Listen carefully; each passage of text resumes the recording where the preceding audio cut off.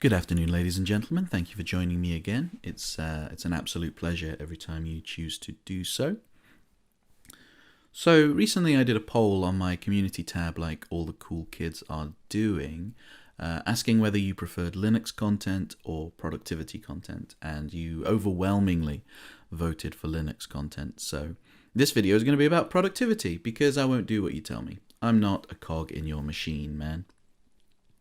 So I am something of a productivity junkie. I've tried pretty much every gimmick and system that there is. I've done getting things done. I've done Pomodoro, you name it, I've tried it.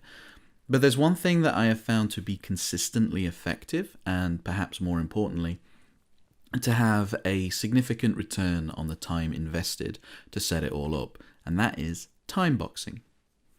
So, what is time boxing, or if you prefer, time blocking? Some people call it that.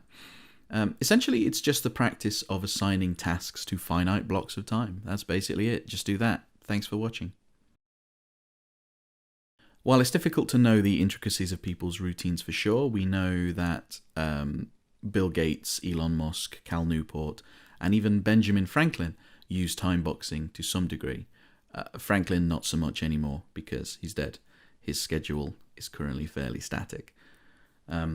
So let's talk about why this is an effective technique, and it definitely is effective. I know it's anecdotal and all that, but I reckon that 10 scheduled hours is worth about 15 unscheduled hours on average, something like that.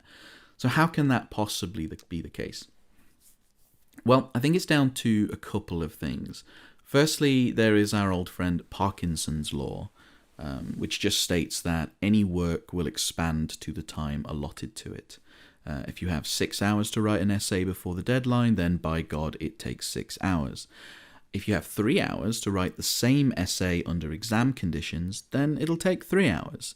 And you'll often find that there isn't a significant difference in the material quality of the two essays. It's very possible that the 6-hour essay will be better in some ways, but not by a factor of 2, not even close. So by deciding ahead of time the level of input this task warrants, you can get significantly more bang for your buck over the long term.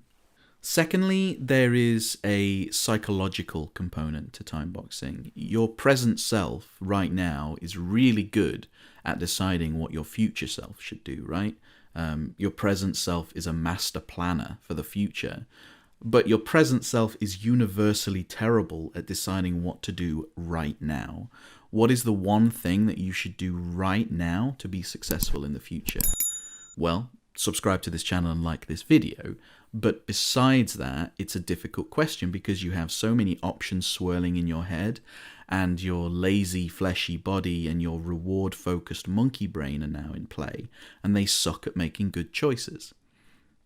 And this is why to-do lists often don't work, because they have no sense of proportionality and priority.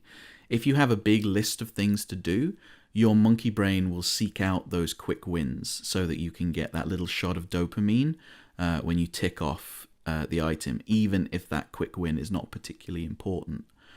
So by scheduling these tasks in advance, you can leverage the full strength of your planning mindset and give those tasks some level of proportionality and priority without being tricked by your monkey brain. Okay, so let's look at how to time box. I'm going to use a web app here called Aika, which, full disclosure, I do own. But you can do most of the stuff I'm going to talk about here with pen and paper or a spreadsheet or Google Calendar if you want. So this is just my test account here, not my real account, so I don't give away anything about my horrific existence. So let's plan this Wednesday out, the 3rd of the 10th. No, the 10th of the 3rd, sorry. And we're just going to pick a colour and drag a box out. Aika uses 30-minute increments because I find that anything less than that starts to encourage micromanagement, which we don't really want. If it's a task that takes less than 30 minutes, we should batch it with other stuff. So what makes Aika different to something like a calendar is that it only allows one thing to occupy any given slot. And if you move them around, you can see that they squash the things below them. You can never have overlapping, so it's easy to rearrange them. And this is true if you move stuff as well. Okay, so let's say you have a beautiful schedule, but you've poorly estimated something, or there's something else that's come up. Well, you simply edit the schedule. If you're doing this on pen and paper, like Cal Newport does, then you can just have another column next to your old plan and draw some new blocks. If you're using something like Aika, you can just drag the blocks to fit the new schedule. And if you hold down Alt or Option when dragging down in Aika, it will push everything down, everything else later, instead of overwriting it, which can be useful if you just need to give yourself a little bit more time on something. You can just drag it down another half an hour. So the last thing I want to mention, and this is something specific to Aika, and really the whole reason I built this thing, is that if you use a digital solution and you keep your schedule up to date, then you get time tracking for free, which is one of the main reasons I think that time boxing is so great. You get prospective scheduling and retrospective time tracking in one. In Aika, you can assign blocks multiple tags here, and then review time spent based on these tags in the reporting section. So I can tag this block here with a client's name, for instance, Bill Gates, regular client of mine.